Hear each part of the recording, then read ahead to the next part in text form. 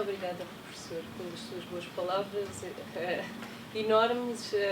Na verdade, o pouco que fizemos até agora é alguma coisa, mas o que eu costumo dizer é que se não trabalharmos quando somos jovens, não vai ser mais tarde que iremos trabalhar. Portanto, o início é muito importante. Nesse sentido, eu queria apenas agradecer muito rapidamente o bom acolhimento que nos têm feito aqui na Universidade do Minho. Está a ser um grande prazer estar aqui. É também um grande prazer vir do centro onde venho, é um grande privilégio trabalhar num grupo tão dinâmico e que integra tantas instituições como também aqui os centros da Universidade do Minho, que é o CLEPUM. A minha província é o CLEPUM e é uma honra trabalhar lá. Obrigada por me darem este espaço. Muito boa tarde a todos. Desde a contribuição precursora da Escola Peninsular da Paz, abordando a problemática da legitimidade das conquistas e a consequente questão da guerra justa, passando pelos sermões do barroco literário, onde o padre António Vieira se perfila como verdadeiro delator da escravatura indígena, e até ao final da modernidade, em quadro iluminista, com alguns dos denominados estrangeirados a introduzirem no nosso país muitos dos ideais racionalistas que abrasavam à época grande parte da Europa, Portugal não deixou de refletir sobre a importância do homem e da preservação da sua dignidade, na sua individualidade e especialmente nas suas representações em sociedade e entre sociedades. É precisamente neste último quadro, em que se sentiu o influxo da Europa das Luzes, que pretendemos avançar com a reflexão sobre um dos autores que entre nós merece ser melhor estudado e sobre o seu contributo para o desenvolvimento de uma mentalidade em abertura para aqueles que a breve trecho seriam apodados de direitos do homem e do cidadão. António Nunes Ribeiro Sanches, cristão novo, médico, académico, pedagogo, saiu do território português com 27 anos e permaneceu fora dele até ao final da vida. Não obstante o exílio, cultivou uma preocupação e um interesse constantes, mesmo à distância, pelo país que o vira nascer, mantendo comunicação com a sua pátria e com os seus governantes. Formou-se em medicina em Salamanca e passou depois por França, Inglaterra e Itália, sendo que é em Leiden, na Holanda, que se destaca. Aí frequenta as aulas de um dos médicos mais conhecidos à época, Hermann Boerhaave, que o envia imediatamente por reconhecido mérito para Moscovo. Ribeiro Sanches vive durante quase 2 décadas na Rússia, onde granjeia grande admiração e onde sobressai ao serviço da medicina, na cidade e no Senado de Moscovo, no Exército e na Corte Imperial. A partir dos finais da década de 40 e até à sua morte, Paris é o lugar que escolhe para se estabelecer. É na Cidade das Luzes que contacta direta e privilegiadamente com as grandes figuras e ideais e pôde aceder em primeira mão às obras que fizeram história na segunda metade do século XVIII. Ribeiro Sanches chega mesmo a ser o português que integra a lista de autores da Enciclopédie de Diderot e d'Alembert, escrevendo para esta célebre obra e também para a Enciclopédie Méthodique, entradas como Maladie vénérienne chronique e Affection de l'âme. O Portugal setecentista em que nascera Sanches vivia o rescaldo da época áurea das grandes descobertas, que apesar de tudo se adivinhava no seu término, assento que estava o país numa estrutura social inibidora do progresso. O velho e cadaveroso reino, como o apelidou, era marcado pela forte ligação entre o Estado e a Igreja, por uma nobreza ociosa, estagnada e estagnante de uma sociedade fortemente estruturada em classes e sustentada pelos coercivos laços da servidão e da escravatura, por uma mentalidade subjugada pela ação censória inquisitorial. Neste contexto de bloqueio, que cada vez mais acentuava o fosso entre o Portugal absolutista e congreganista e a Europa progressista, o médico cristão novo de Penamacor defendia uma reforma económica profunda, com a reimplementação da indústria e do comércio.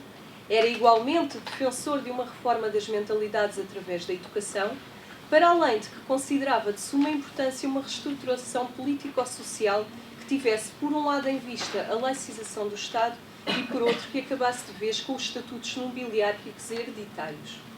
Na verdade, os textos doutrinários de Ribeiro Sanches, no que à modernização de um Portugal retrógrado dizem respeito, mostram também a tangência com a valorização do próprio homem, na sua condição e no seu enquadramento dentro da sociedade da época, enquanto protagonista de um tempo de revoluções e detentor de inalienáveis direitos.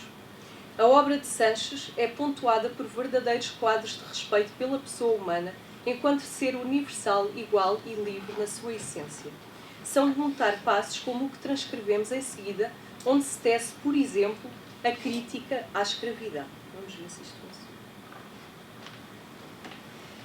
Se eu pretendera somente que a mocidade portuguesa fosse perfeitamente instruída, como já disse acima, não havia de reprovar a escravidão introduzida em Portugal. O meu intento é que seja dotada de humanidade, daquele amor de conservar os seus semelhantes e de promover a paz e a união da sua família, como aquela de toda a sua pátria. Mas não é possível que se introduzam estas virtudes, enquanto um senhor tiver um negro a quem dá uma bufetada pelo menor descuido, enquanto cada menino ou menina rica tiver o seu negrinho ou negrinha. Aquela companhia tão íntima pela criação altera o ânimo daqueles senhoraços que ficam soberbos, inumanos, sem ideia alguma de justiça, nem da dignidade que tem a natureza humana. Não é senhoraços, no original é senhorinhos. Aqui, esta edição que eu utilizei é uma que está na internet e que foi fixada há pouco tempo pela Universidade da Beira Interior. Também, naturalmente, de interesse. Estou-me a justificar porque queria ter corrigido isto e não corrigi. Continuo. De facto, para além dos inúmeros textos que dedicou à medicina, sua formação de base, Ribeiro Sanches foi também um pensador e pedagogo defensor de um tratamento mais humano para os que continuavam longe de ver certos direitos naturais garantidos. Alguns dos títulos emblemáticos da obra sanchesiana, como as Cartas para a Educação da Mocidade ou a origem da denominação de Cristão Velho e Cristão Novo em Portugal, em que nos baseamos neste breve estudo, revelam-se inscritos na literatura universalista e justnaturalista da época coeva. E passamos à parte da origem da denominação de Cristão Velho e Cristão Novo. Ribeiro Sanches escreve esta obra cerca de 1725. O texto do nosso autor confirma o estatuto de Cristão Novo presente no reino e o modo ameaçado como aqueles que assim eram identificados viviam, de primeiro com o combate profundamente antissemita operado pelo Tribunal do Santo Ofício, através das famosas Inquirições de Sangue, instituídas a partir de 1536, ano no qual se introduziu a Inquisição em Portugal por uma bula de Paulo III, e ano a partir do qual também avivou-se logo o nome de Cristão Novo judeu e Cristão Velho, e começou a haver diferença entre os mesmos súditos. Fim de citação. Não podia o Cristão Novo aceder aos mais altos cargos eclesiásticos ou do Estado, e quem aí pretendesse chegar teria de passar pelas provas de que era Cristão Velho, através das mesmas inquirições. Vivia também o Cristão Novo em constante terror desde menino. E tenho aqui mais um passo, vou ler só um bocadinho. Tanto que um menino cristão novo é capaz de brincar com os seus iguais, logo começa a sentir a desgraça de seu nascimento, porque nas disputas que nascem dos brincos daquela idade, já começa a ser insultado com o nome de judeu e de cristão novo. Fim de citação. E maquinava também o cristão novo constantemente estratégias para se manter longe da Inquisição e para salvaguardar a sua dignidade, a sua família, os seus bens, preocupando-se desde cedo em educar os seus descendentes sobre os conluios inquisitoriais. Os quadros apresentados por Ribeiro Sanches são testemunho não só do terror vivido pelos cristãos novos, como também da afinidade e preocupação do próprio autor para com esta mesma causa. Na verdade, Ribeiro Sanches, sendo ele próprio cristão novo, reflete nesta obra sobre aquilo que tem para si como um dos fatores do atraso de Portugal em relação à Europa do final da época moderna, a enraizada presença da ação inquisitorial em território português. Aliando-se à forte influência congreganista e à dependência do Estado perante a Igreja, a Inquisição e as Inquirições não só espalhavam o terror entre a raça judaica, como também faziam dispersar bens materiais e imateriais do reino, como sendo fortunas, investimentos, púlio intelectual. Além disto, e sublinha o Sanches no seu discurso, ao invés de fomentar a religião cristã, a ação inquisitorial provocava o aumento do judaísmo. Alargando um pouco ao contexto europeu, importa salientar que é precisamente no desembocar do século XVIII que acontece a chamada emancipação judaica, como nos refere Esther Mukznik. Neste sentido, Ribeiro Sanches apresenta tantos anos antes desta emancipação um pensamento que alerta para os problemas da minoria judaica, nomeadamente da sua constante segregação por parte da sociedade. A reflexão sanchesiana em torno da questão acaba por alinhar fortemente também com a sua condição pessoal de cristão novo, vista igualmente como um dos motivos da sua saída de Portugal desde cedo.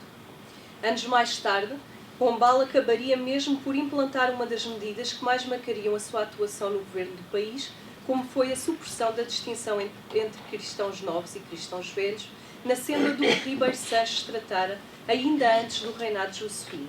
Contudo, é facto que mesmo na Europa estas medidas, as quais passavam a legislar de modo mais favorável o estatuto daqueles que de alguma forma se ligavam ao judaísmo, não deixavam de sofrer algumas dificuldades de implantação. Neste sentido, e refere-nos também a mesma autora, Mukznik, e cito, a Assembleia Constituinte Francesa começou por rejeitar a pretensão à emancipação. Foram precisos 2 anos de combate árduo, até à data de 28 de setembro de 1791, para que a emancipação completa dos judeus fosse aprovada pela Assembleia Constituinte. Ao aprová-la, os deputados obedeciam a uma coerência filosófica, moral e política, mas não representavam a opinião pública fundamentalmente hostil aos judeus. Fim de citação.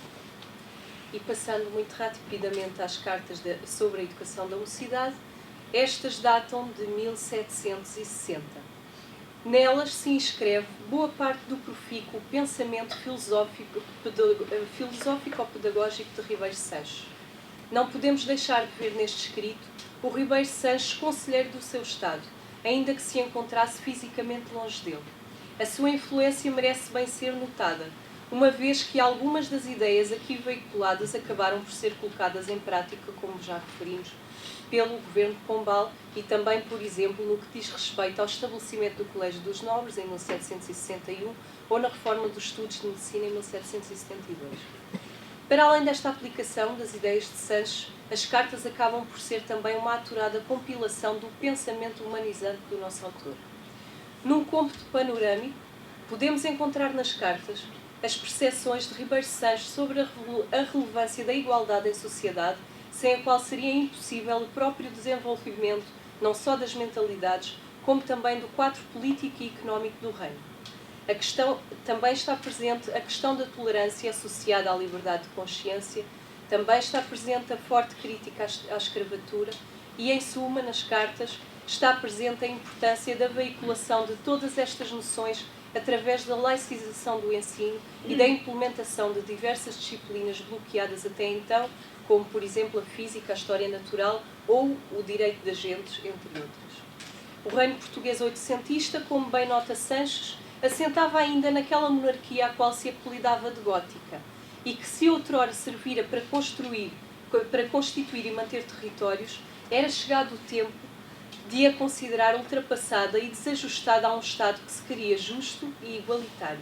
O nosso autor apresenta propostas concretas, contrapondo ao tempo da espada e das conquistas o tempo do trabalho e da indústria, contrapondo aos privilégios e à inércia da sociedade estamental o tempo do mérito pessoal, uma vez que a desigualdade sem termo se seguem a intolerância civil e a escravidão, que Ribeiro Sanches vem apontando como problemas centrais na sociedade portuguesa da sua época. E diz-nos Sanches, como dos privilégios dos fidalgos e da nobreza procedeu a escravidão, assim das imunidades eclesiásticas procedeu a intolerância civil. Neste sentido, Ribeiro Sanches defende um Estado que separe claramente a esfera eclesiástica da esfera civil. E, mais uma vez, Sanches diz: nenhum bispo nem prelado tem poder coativo, nem mesmo por autoridade divina. Todo o seu poder é espiritual. Fim de citação. Em simultâneo, defende uma religião que se diz do Estado. Por um lado, exige ao súbdito o juramento de fidelidade ao seu soberano, mas por outro, deverá garantir a esse mesmo súbdito a propriedade dos seus bens e aquela liberdade interior de querer, não querer, amar, aborrecer, julgar ou não julgar, ver ou não ver. Com estes princípios contratualistas e igualitários, se faria do Reino de Portugal um Estado justo e preparado para o progresso. E mais uma citação que trazemos. Deste Estado, para ilustrar aquilo que acabámos de dizer, deste Estado da sociedade civil, assim formado, resultaram logo a igualdade entre todos os súbditos e a subordinação aos magistrados, porque todos os súbditos, enquanto súbditos, enquanto estão ligados por aquele juramento de fidelidade, todos são iguais. E a maior ruína de um Estado é que entre eles haja diversidade, uns com a obrigação de obedecer e outros absolutos, uns sujeitos às justiças e outros sem império nenhum.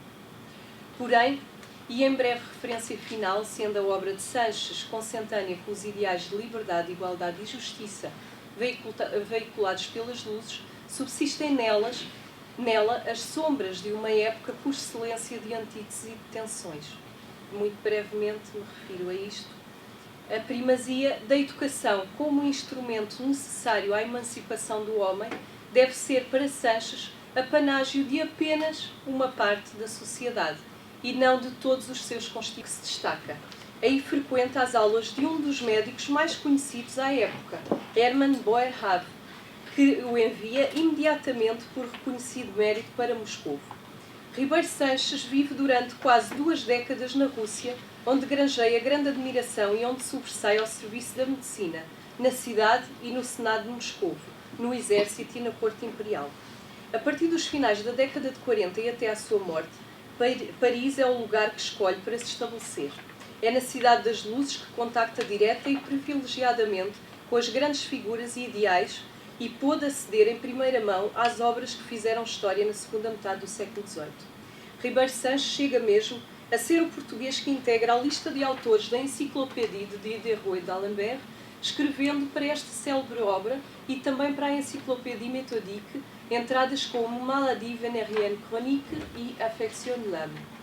O Portugal setecentista em que nascera Sanches vivia o rescaldo da época áurea das grandes descobertas, que apesar de tudo se adivinhava no seu término, assente que estava o país numa estrutura social inibidora do progresso. O velho e cadaveroso reino, como o apelidou, era marcado pela forte ligação entre o Estado e a Igreja, por uma nobreza ociosa, estagnada e estagnante de uma sociedade fortemente estruturada em classes e sustentada pelos coercivos laços da servidão e da escravatura, por uma mentalidade subjugada pela ação censória inquisitorial. Neste contexto de bloqueio, que cada vez mais acentuava o fosso entre o Portugal absolutista e congreganista e a Europa progressista, o médico Cristão Novo de Penamacor defendia uma reforma económica profunda, com a reimplementação da indústria e do comércio, era igualmente defensor de uma reforma das mentalidades através da educação, para além de que considerava de suma importância uma reestruturação político-social que tivesse, por um lado, em vista a laicização do Estado e, por outro, que acabasse de vez com os estatutos nobiliárquicos e hereditários.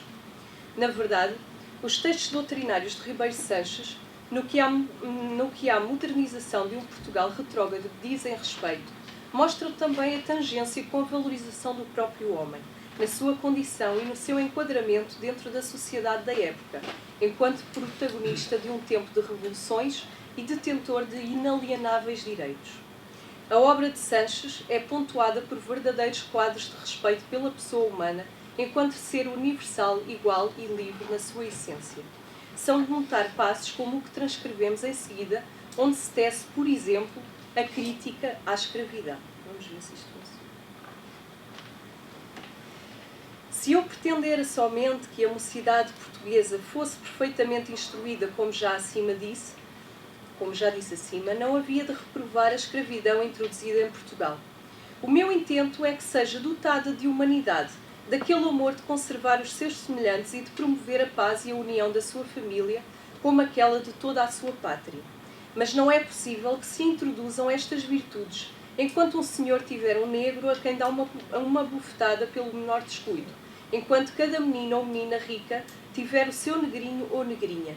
Aquela companhia tão íntima pela criação altera o ânimo daqueles senhoraços que ficam soberbos, inumanos, sem ideia alguma de justiça nem da dignidade que tem a natureza humana. Não é senhoraços, no original é senhorinhos. Aqui esta edição que eu utilizei é uma que está na internet e que foi fixada há pouco tempo pela Universidade da Beira Interior.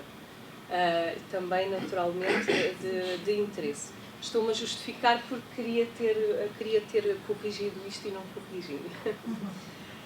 Continuo. De facto, para além dos inúmeros textos que dedicou à medicina, a sua formação de base, Ribeiro Sanches foi também o pensador e pedagogo defensor de um tratamento mais humano para os que continuavam longe de ver certos direitos naturais garantidos. Alguns dos títulos emblemáticos da obra sanchesiana, como as Cartas para a Educação da Mocidade ou a origem da denominação de Cristão Velho e Cristão Novo em Portugal, em que nos baseamos neste breve estudo, revelam-se inscritos na literatura universalista e justnaturalista da época coeva. E passamos à parte da origem da denominação de Cristão Velho e Cristão Novo. Ribeiro Sanches escreve esta obra cerca de 1725. O texto do nosso autor confirma o estatuto de Cristão Novo presente no reino e o modo ameaçado como aqueles que assim eram identificados viviam, de primeiro com o combate profundamente antissemita operado pelo Tribunal do Santo Ofício através das famosas Inquirições de Sangue, instituídas a partir de 1536, ano no qual se introduziu a Inquisição em Portugal por uma bula de Paulo III, e ano a partir do qual também avivou-se logo o nome de Cristão Novo judeu e Cristão Velho, e começou a haver diferença entre os mesmos súditos. Fim de citação. Não podia o Cristão Novo aceder aos mais altos cargos eclesiásticos ou do Estado, e quem aí pretendesse chegar teria de passar pelas provas de que era Cristão Velho através das mesmas inquirições. Vivia também o Cristão Novo em constante terror desde menino. E tenho aqui mais um passo, vou ler só um bocadinho. Tanto que um menino cristão novo é capaz de brincar com os seus iguais, logo começa a sentir a desgraça de seu nascimento, porque nas disputas que nascem dos brincos daquela idade, já começa a ser insultado com o nome de judeu e de cristão novo. Fim de citação. E maquinava também o cristão novo constantemente estratégias para se manter longe da Inquisição e para salvaguardar a sua dignidade, a sua família, os seus bens, preocupando-se desde cedo em educar os seus descendentes sobre os conluios inquisitoriais. Os quadros apresentados por Ribeiro Sanches são testemunho não só do terror vivido pelos cristãos novos, como também da afinidade e preocupação do próprio autor para com esta mesma causa.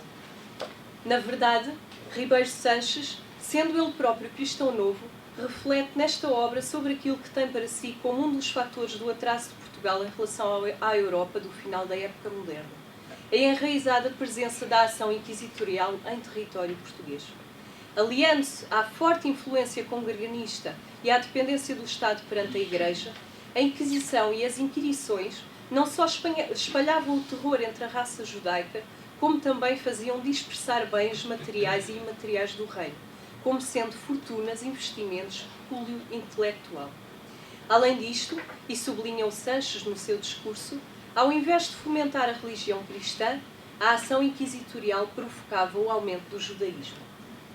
Alargando um pouco ao contexto europeu, importa salientar que é precisamente no desembocar do século XVIII que acontece a chamada emancipação judaica, como nos refere Esther Muxnin.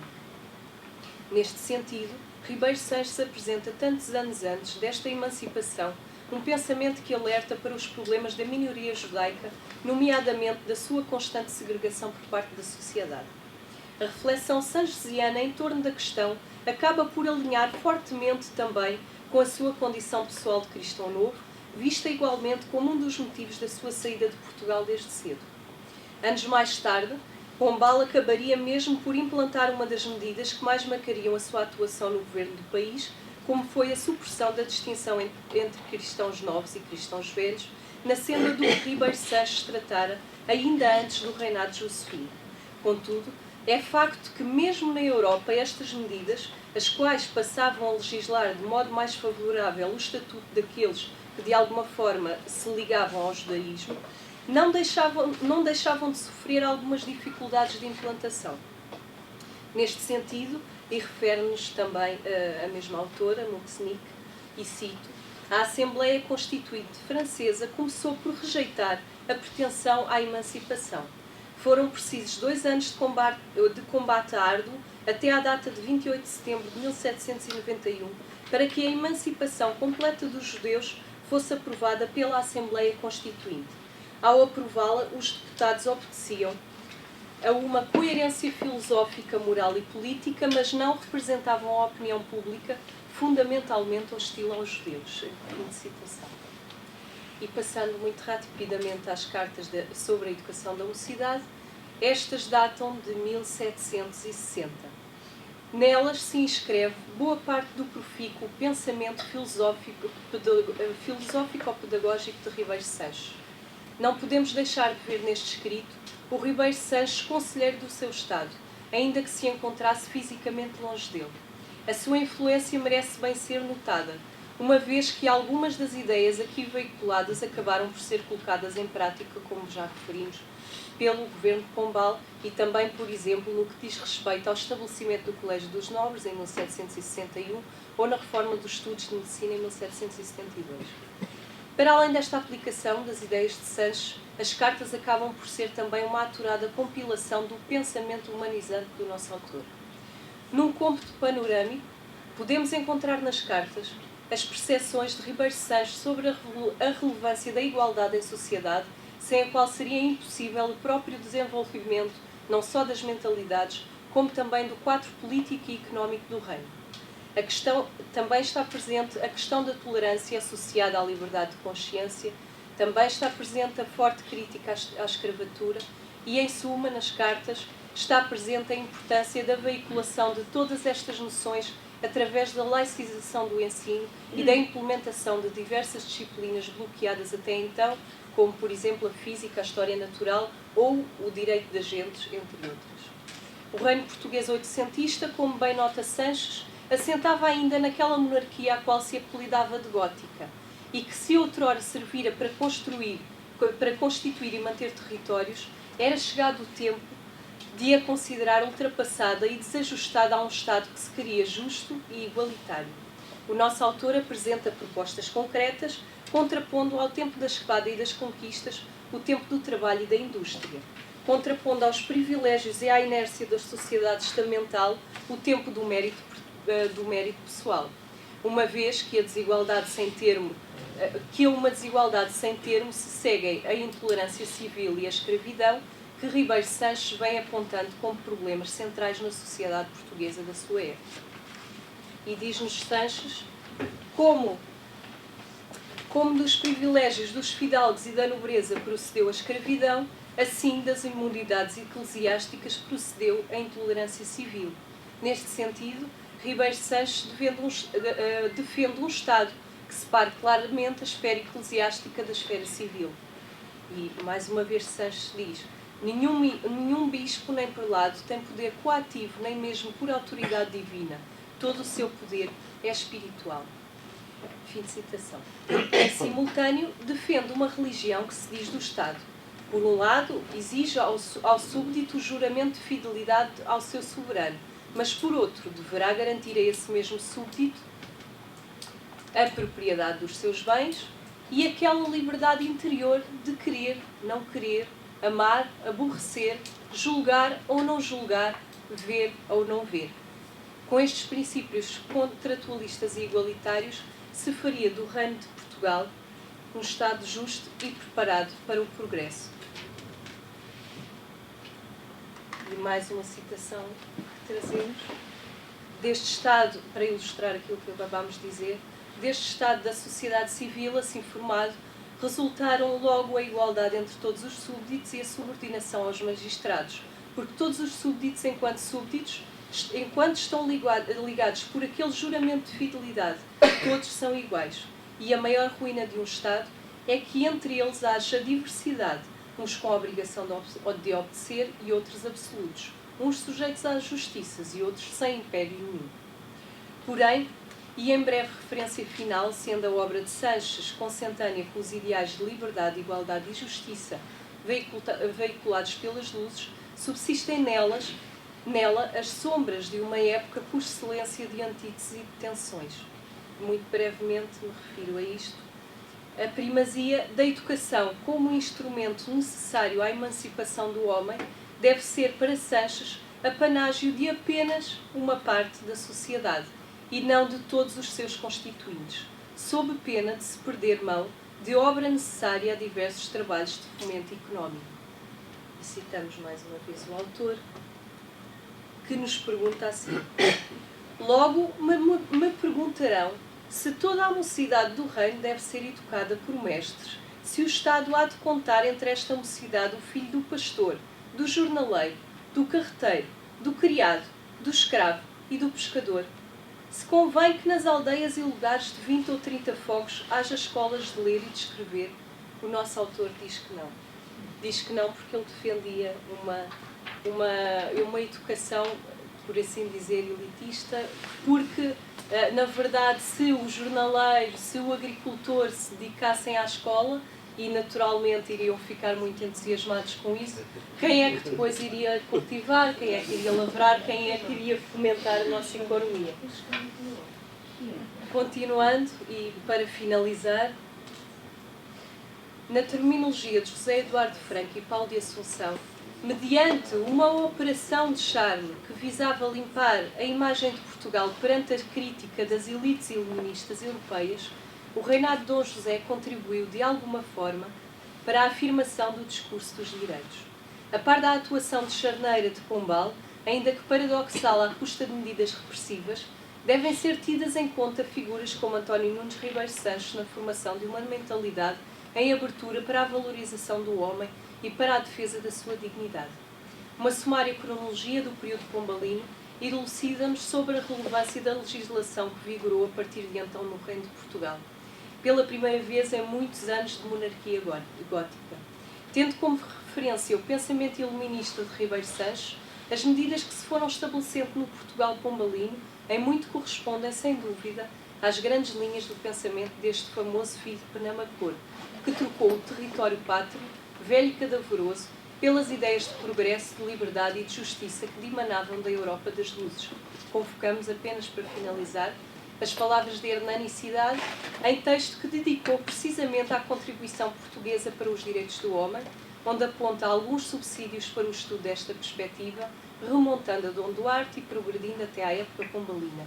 E diz-nos assim Cidade nesse documento: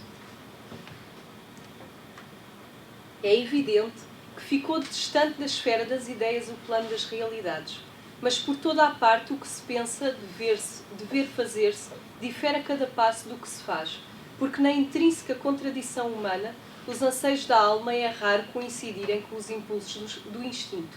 Todavia, ideias são forças, e a nossa história é a demonstração de que mais de uma vez se verificou o poder de atuação das que mais generosamente concebemos.